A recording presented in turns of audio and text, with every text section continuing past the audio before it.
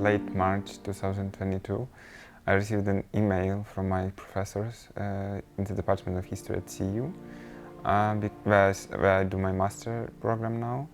And the letter was about the new program launched to help students from Ukraine, from the Ukrainian universities whose studies actually were interrupted due to the full-scale invasion of the Russian Federation against Ukraine. We are almost at the end of the winter school, which is a very important part of the Invisible University for Ukraine program. So we started actually at the end of March, then we began second semester in September, autumn semester.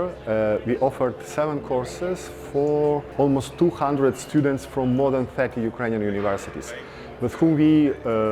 met online every week. Some of them could not connect because of power cuts or because of the disappearance of internet connection. So sometimes they just sent us the response papers or something, but most of them attended online our classes very regularly, even from rooms where there was no electricity or something. So the idea behind this Invisible University has been conceived in a way before the start of the war, and it is connected to the long-term actually discussion about what to do with hybrid regimes which are ruining their own higher education, and how would it be possible to offer some sort of alternative educational framework for students who are not part of the normal educational process of normal educational institutions, but somehow are kind of trying to learn something outside of the educational system that was hacked by authoritarian regimes. And then when the war started, then we decided that we kind of try to apply this methodology and use these ideas for the most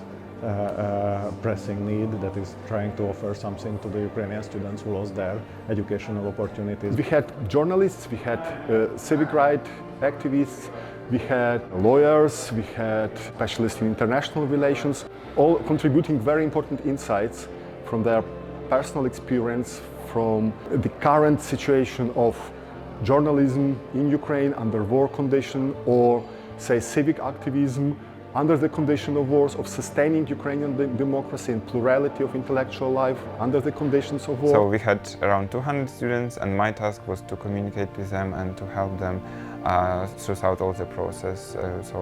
when students had questions to 24 hours, actually 7 days a week, they always could reach out to me, and then we were thinking how to develop it. So the people who were coordinating this and saw just that students are kind of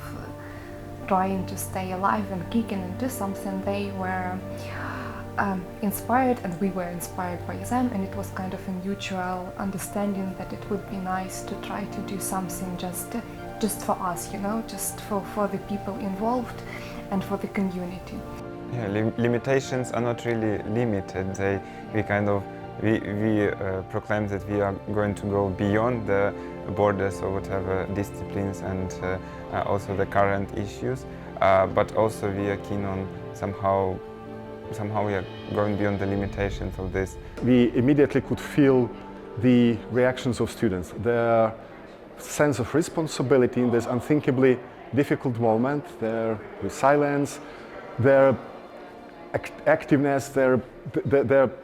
their will to learn as much as possible and to prepare as much as possible for their role of young intellectuals. This working together on the program and trying to make it together is something that I really adored, because everybody was kind of really on this verge of being a human, just willing to help, and at the same time trying to keep it in a little bit formal educational way. Having together with students this very intensive program of mutual learning. So I think we learned as much from students as they learned from us during this course.